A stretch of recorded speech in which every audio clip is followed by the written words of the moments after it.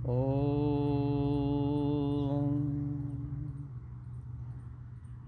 नारायणं नमस्कृत्य नरं चैव नरोत्तमं देवीं सरस्वतीं व्यासं ततो जयमुदीरये। नारायण प्रातः स्मरणीय, अर्चनीय, वंदनीय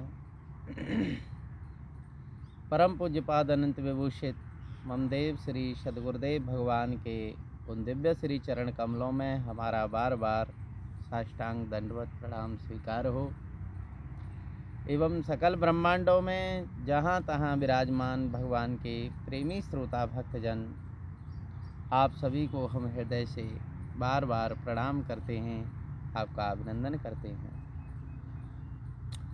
प्रिय भक्तजनों, आइए हम श्री गोस्वामी तुलसीदास जी महाराज के द्वारा रचित श्री रामचरितमानस के उत्तरकांड का श्रवण कर रहे हैं, जिसमें प्रसंग है कि चारों युगों में सतयुग, त्रेता, द्वापर और ये वर्तमान में जो कलयुग चल रहा है, इस कलयुग की क्या महिमा है और भगवान की प्राप्ति कितनी सरल है इस युग में।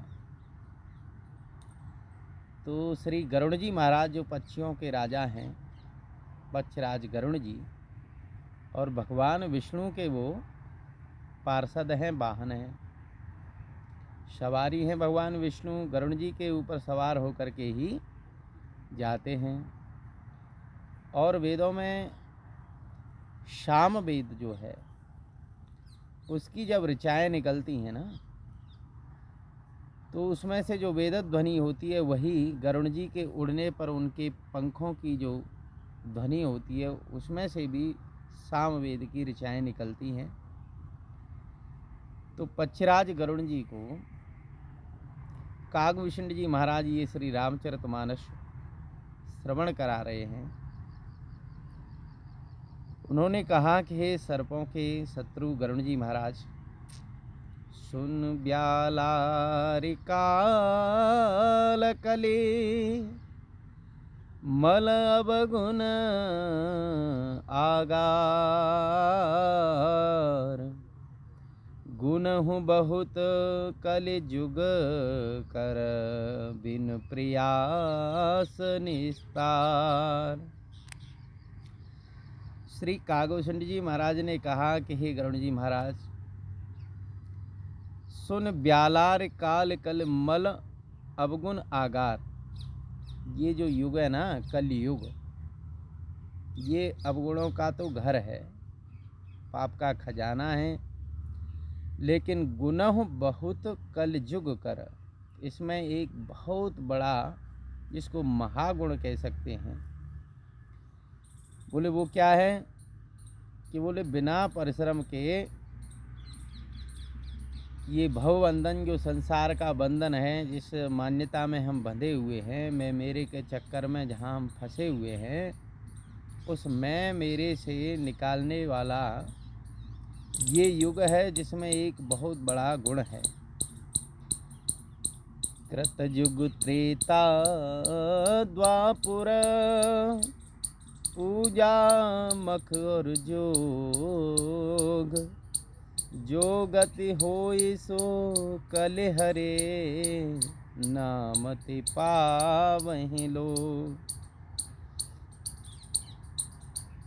कृते यध्यायतो विष्णु, त्रेतायां यजतौ मखे, द्वापरो परिचर्यायां कलौ तद्वर कीर्तनाथ। श्रीमद् भागवत जी में ये जो यहाँ रामचरितमानस में हमने दुआ बोला, यही दुआ श्लोक के रूप में भी है। बोले देखो, सतयुग, त्रेता, द्वापर में, सतयुग में पूजा से, त्रेतायाम यजतौ मुखे, यानी त्रेता में यज्ञ से और द्वापर में योग से जो प्राप्ति होती है, कलयुग में केवल भगवान का नाम जप करने से, भगवान के नाम का गायन करने से और संकीर्तन करने से ही वही गति प्राप्त की जा सकती है। अब योगी लोग जो योग करते हैं वो अपनी इंद्रियों को दमन करके, संयमित करके, मन को अपने में वश में करके और वो ध्यान योग के द्वारा भगवान की प्राप्ति करते हैं।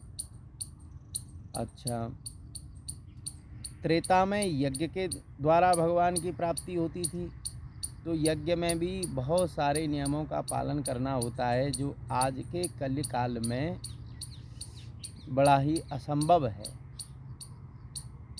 और सतयुग में पूजा के द्वारा यानी भगवान की पूजा होती थी, तो आज के समय में व्यक्ति का मन पूजा में भी नहीं लगता है। इसलिए भगवान ने पहले ही ये व्यवस्था करी कि भाई कलयुगी मनुष्यों के कल्याण के लिए क्या साधन होना चाहिए। तो उन्होंने कहा कि केवल हमारा नाम गायन करने से, हमारे लीला कथा श्रवण करने से ही कलयुग में मनुष्य इस भव सागर को पार कर सकता है। कृतयुग सब जोगी विज्ञानी, कृतयुग सब जोगी विज्ञानी, करे हरि ध्यान तरहि भव प्राणी, करे हरि ध्यान तरहि भव प्राणी, त्रेता विविध यज्ञ नर करहि, प्रभु ही समर्पि कर्म भव तरहि, द्वापुर करी रघुपत पद पूजा, नर भव तरहि उपायन दूजा, कलि जुग केवल हरि गुण गाहा, गावत नर पावै भव थाहा। यानी सतयुग में सभी लोग योगी होते थे, योग करते थे और विज्ञानी भी होते थे। जो हम सद्गुरुओं के द्वारा, ग्रंथों के द्वारा जो श्रवण करके अपने भीतर ज्ञान उत्पन्न करते हैं, यानी उसको समझते हैं, उस समझ को ज्ञान कहा जाता है। लेकिन उस ज्ञान का, उस समझ का जब हमको अपने आप में ही अनुभव होता है, अनुभूति होती है, तो उसको विज्ञान कहते हैं। तो सतयुग में तो सभी लोग योगी और विज्ञानी थे और भगवान श्री हरि का ध्यान करके सब प्राणी इस संसार सागर को पार कर जाते थे। किसी भी संस्कार के द्वारा इस संसार में जन्म लेकर के मैं मेरी की मान्यता में बंध करके जो फंसे हुए हैं, वो योग साधना करके और बस उन परमात्मा का जो गीता जी में 10वें अध्याय में विभूति योग है, यानी भगवान कहते हैं कि जो मेरी विभूतियों को जान जाता है, यानी कि मेरे महिमा को अनुभव कर लेता है ना, वो इस भवसागर से पार हो जाता है। और त्रेता युग में मनुष्य अनेक प्रकार के यज्ञ करते थे। यज्ञ अनुष्ठान जो हमारे वेदों में भरे हुए पड़े हैं तो उसमें क्या था, यज्ञ। यज्ञ का मतलब जो होता है कि आदान और प्रदान, यज्ञ में लेना और देना, यानी कि जो वस्तु हमारे पास में संग्रहित है उसको हम ज़रूरत के अनुसार जिन व्यक्तियों को उन वस्तुओं की, धन की, वस्त्रों की, भोजन की आवश्यकता है, उनके पास हमको वितरित कर दें, तो इसको कहते हैं यज्ञ, यज्ञ संपादन। जैसे गीता जी में भगवान श्री कृष्ण कहते हैं कि सृष्टि के आदि में जब सृष्टि की रचना हुई तो उस समय ब्रह्मा जी ने वेद में जिस यज्ञ के बारे में वर्णन किया गया, उस यज्ञ के लिए कहा कि देखो तुम देवताओं को उनका जो हिस्सा है, जो भोग है, वो प्रदान करो यज्ञ के द्वारा। और देवता तुम्हें आशीर्वाद के द्वारा, अपने अनुग्रह के द्वारा आनंदित करेंगे। तो दोनों तरफ लेना और देना, यानी कि जीवन में जब ग्रहण करना है तो फिर हमारे अंदर त्याग भी होना चाहिए। तो ग्रहण और त्याग की जो विधि होती है उसको कहते हैं यज्ञ। तो मनुष्य अनेक प्रकार के यज्ञ करते हैं और उन यज्ञ कर्मों को निस्वार्थ भाव से करते हैं, यानी बदले में कुछ चाहे, वो तो बिना बदले के ही, बिना स्वार्थ की भावना की ही एक दूसरे का हित चाहना होता है यज्ञ में। तो जब स्वार्थ रहित होकर के यज्ञ संपादन करते हैं और भगवान के लिए उसका समर्पण कर दिया जाता है, तो फिर ऐसा योगी पुरुष, ऐसा यज्ञात्मा पुरुष इस भवसागर से पार हो जाता है। अब बोले कि तीसरा युग आता है द्वापर युग। तो द्वापर में भगवान श्री रघुनाथ जी के चरणों की पूजा करके मनुष्य संसार सागर से पार हो जाते हैं। कारण क्या था कि भगवान का अवतार हुआ त्रेता युग में श्री राम जी का, द्वापर आया तो श्री राम जी की विशेष प्रकार से लोग पूजा करते थे। दूसरा कोई उपाय ही नहीं था द्वापर में। तो पूजा के द्वारा इस संसार सागर से पार हो जाते थे लोग। लेकिन कलयुग में बताया कि कलयुग केवल हरि गुण गाहा, गावत नर पावै भव थाहा। भव माने ये जो संसार सागर है, जो भगवान के गुणों का गायन करता है और अपने कानों से श्रवण करता है, वो इस युग में इस संसार सागर से पार हो जाता है। यानी कि जो हम वर्तमान में जीवन जी रहे हैं, छोटी छोटी वस्तुओं को लेकर के, छोटी छोटी कामनाओं को लेकर के जो हम निरंतर सुखी दुखी होते रहते हैं, उस सुख और दुख में सम अवस्था प्राप्त करना ही इस भवसागर से पार करना बताया जाता है।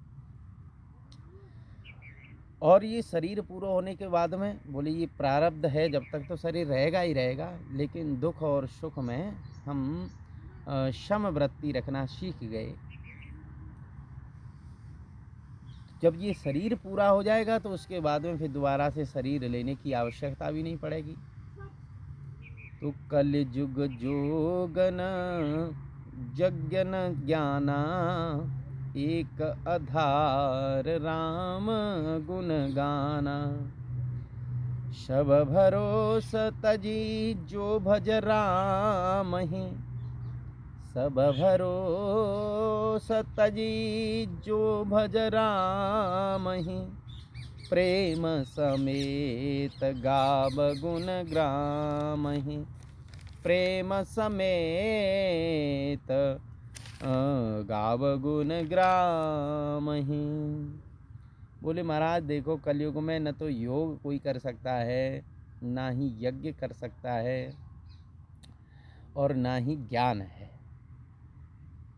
तो बिना ज्ञान के पूजा नहीं हो सकती।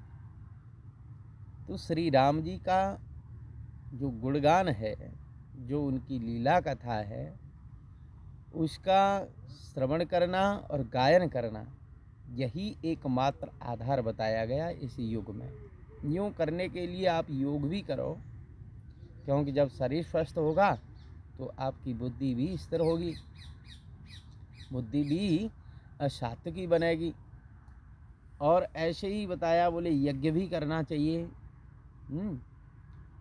और पूजा भी करनी चाहिए। जो विधि जानते हो वो तो करना ही चाहिए, लेकिन जो इन चीज़ों से रहित हैं, जिनके पास न किसी प्रकार का योग है, ना ही ज्ञान है, ना ही उनकी पूजा में रुचि है, तो ऐसे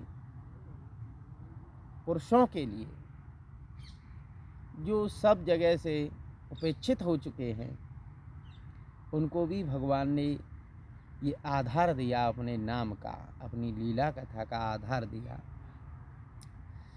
तो बोले कि जो सारे भरोसे त्याग करके, यानी कि हम अपनी इच्छाओं को संसारी लोगों से ही पूरा करना चाहते हैं, लेकिन वहाँ पर हमको तिरस्कार मिलता है। भाई हम किसी से कुछ वस्तु, धन, रुपया, कोई भी वस्तु इच्छा या कोई भी कामना की हम मांग करें तो वहाँ से हमको तिरस्कार मिलेगा, क्योंकि वहाँ स्वार्थ का संबंध रहता है। इसलिए जो सबको त्याग करके केवल भगवान का ही सहारा मान करके और भगवान का ही भजन करता है, प्रेम सहित तो उनके गुणों का गायन करता है, वो इस संसार सागर से तर जाता है। सोई भवतर कछु संशय नाही, सोई भवतर कछु संशय नाही, नाम प्रताप प्रगट कलि माही। कलि कर एक पुनीत प्रतापा, मानस पुण्य होए नहीं पापा। बोले कि महाराज जो भगवान के नामों का गुणगान करता है, भगवान की लीला कथाओं का गायन करता है, वो इस भाव सागर से, संसार सागर से तर जाता है, पार हो जाता है। इसमें कुछ भी संशय नहीं है। नाम का प्रत्याह, नाम की महिमा कलयुग में प्रत्यक्ष है। कलयुग का एक पवित्र प्रताप यानी महिमा है कि इसमें मानसिक पुण्य तो होते हैं पर मानसिक पाप नहीं होते। इतना बढ़िया सुविधा कर रखी है कि मन से, क्योंकि व्यक्तियों के संस्कारों के विकारों के आधार पर मानसिक विचार बदलते रहते हैं, तो मन में आप कुछ भी सोच लो उसका दोष नहीं बताया। कलयुग में शारीरिक क्रिया करोगे तब आपको दोषी माना जाएगा, लेकिन मन से अगर भगवान का स्मरण करोगे, मन से भगवान की पूजा करोगे तो पुण्य का कार्य तो मन से भी माना जाएगा। कल युग सम युग आन नहीं, जो नर कर विश्वास, गाय राम गुण गण विमल, भवतर बिनहि प्रियास, सियावर राम जय जय राम। गोस्वामी जी महाराज ने तो यहाँ तक लिखा कि भैया मनुष्य विश्वास करे तो कलयुग के समान दूसरा कोई भी युग नहीं है, क्योंकि इस युग में तो भगवान के नाम गुणों का गायन करके ही बिना कुछ करे धरे, बिना कुछ खर्च किए ही इस संसार रूपी समुद्र से पार हो जाता है। इसलिए इस युग में केवल भगवान का नाम ही आधार है, और इसी के लिए सारे युगों में, चारों युगों में ये कलयुग ही महान है। इसकी महिमा अनंत है, क्योंकि इसमें बिना कुछ करे धरे ही वो फल प्राप्ति हो जाती है, जो दूसरे युगों में यज्ञ से, तप से, योग से, ज्ञान से बड़ी कठिनता से प्राप्ति होती थी जिन परमात्मा की, वहाँ इतनी कठिनता के बावजूद इस कलयुग में बड़ी सरलता से भगवत प्राप्ति बताई। बोलिए श्री राजा रामचंद्र भगवान की जय। अब हम आप सभी भक्तों से विदा लेते हैं और रामचरितमानस पर ही अगली चर्चा अगले समय में होगी। तब तक के लिए नारायण नारायण नारायण।